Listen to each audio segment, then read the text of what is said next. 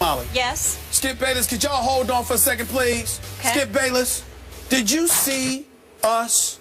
Did you see the commercial during the break? First take. There's a Burger King commercial. And the Burger King commercial it's got something about the chicken on there, and they're coming up with the new chicken fries combination. That's my voice.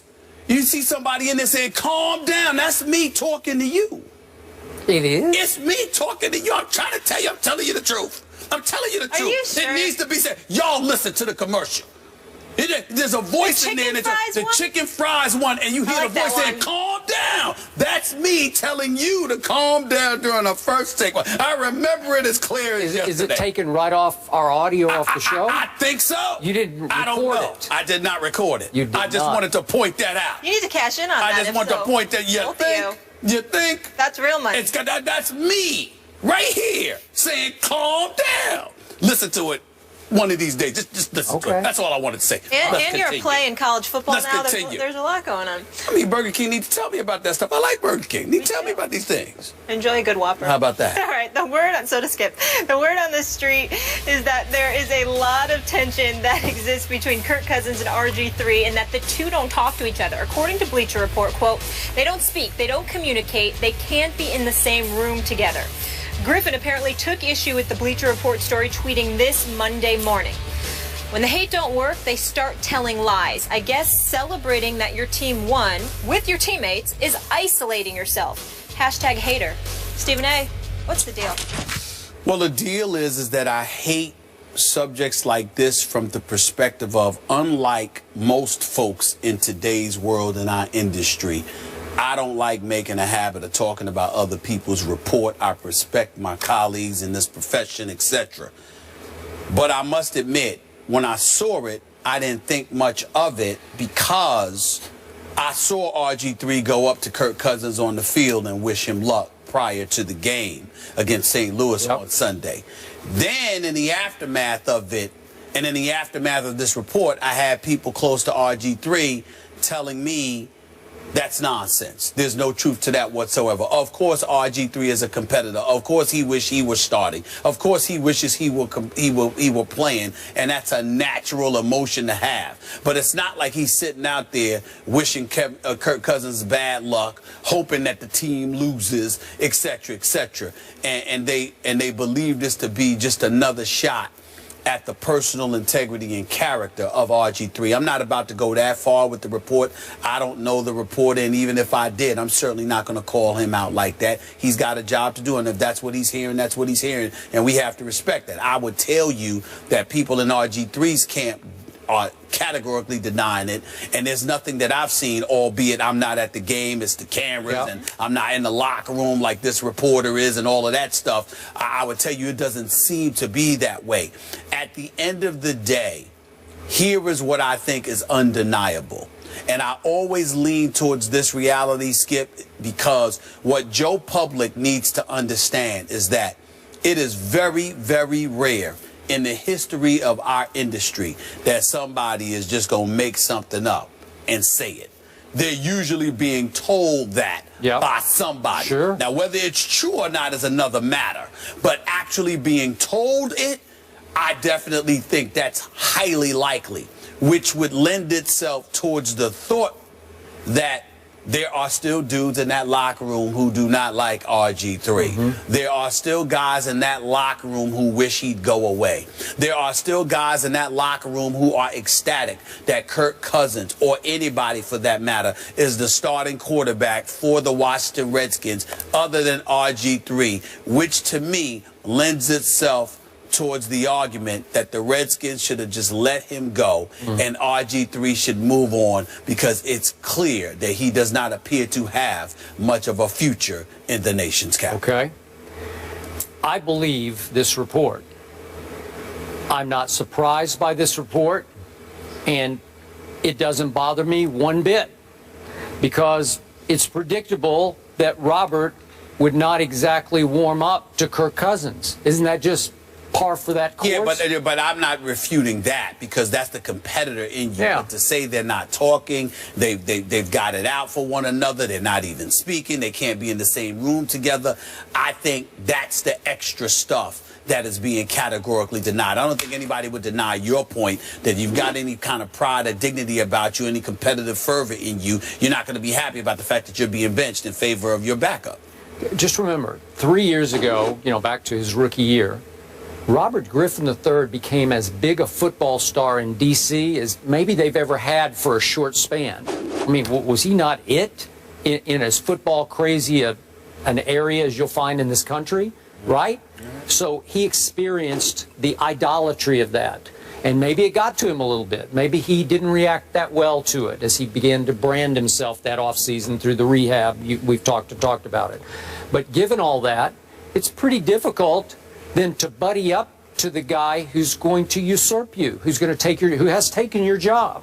That's hard. That's a tough one.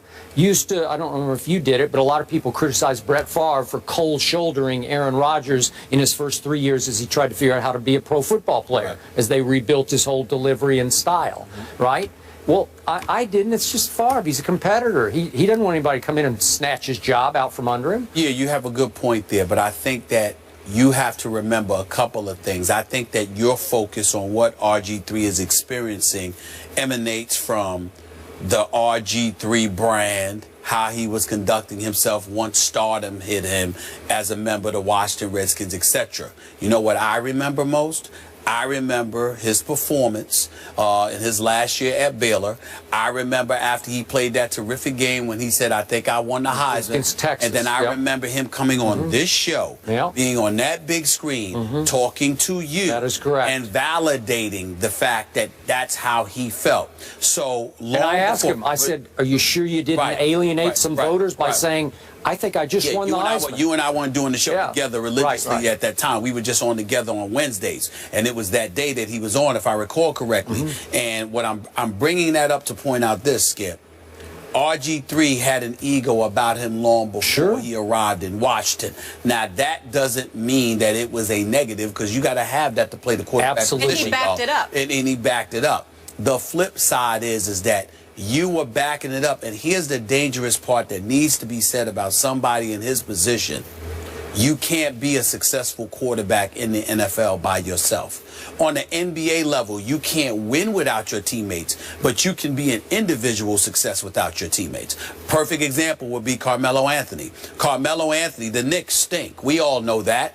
But Carmelo Anthony is a star. He's one of the top 5 greatest offensive players of the modern day generation. So even though the Knicks stink up the joint on a religious basis, it's undeniable that Carmelo Anthony is a big-time talent worthy of the star-studded status he enjoys. You can't pull that off on the NFL at the quarterback spot. You can't be RG3 and accomplish all the things you accomplished as a rookie had it not been for that offensive line, had it not been for Mike and Kyle Shanahan and the way they employed their system to facilitate you, had it not been for the receivers playing alongside you along with the running backs that you had. So when you were about brand RG3 at that particular moment in time, although I believe he's a good person and I believe that he's taken far too many hits that he deserves on a personal level, I agree with you. It cannot be denied that he brought a lot of it on himself because he forgot that he didn't get here by himself. He got here